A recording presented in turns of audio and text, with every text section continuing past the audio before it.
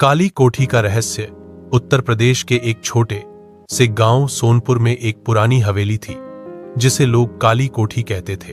दिन में वह बस एक जर्जर इमारत लगती थी, लेकिन रात होते ही वहां से अजीब अजीब आवाजें आती थीं।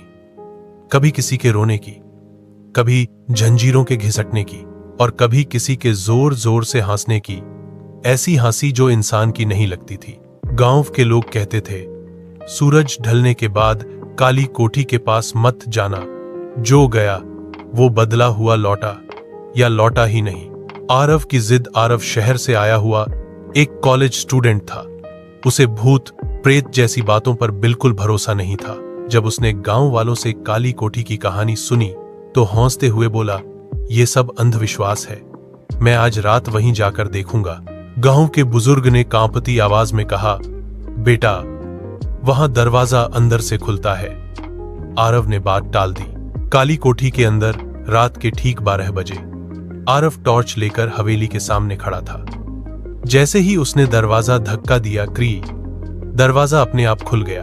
अंदर घुसते ही ठंडी हवा का झोंका आया और टॉर्च की रोशनी अपने आप बुझ गई। अचानक पीछे से आवाज आई, आ गए तुम भी। आरव का दिल जोर जोर से धड़कने लगा। शीशे में वो चेहरा हवेली के अंदर एक बड़ा सा आईना था। आरव ने जैसे ही उसमें देखा, उसकी परछाई मुस्कुरा रही थी, जबकि आरव खुद नहीं मुस्कुरा रहा था। धीरे धीरे परछाई ने कहा, अब तुम यहाँ के हो। अचानक आईने से एक सड़ा गला हाथ बाहर निकला और आरव को खींच लिया।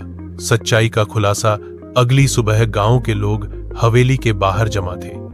दरवाजा खुला, आरव बाहर आया, लेकिन उसकी आंखें काली थीं, आवाज भारी थी और चेहरे पर अजीब सी मुस्कान। वह सिर्फ इतना बोला, अब काली कोठी खाली नहीं है। उस रात के बाद से हर अमावस की रात काली कोठी से आरव की आवाज आती है और कोई है जो सच्चाई जानना चाहता है।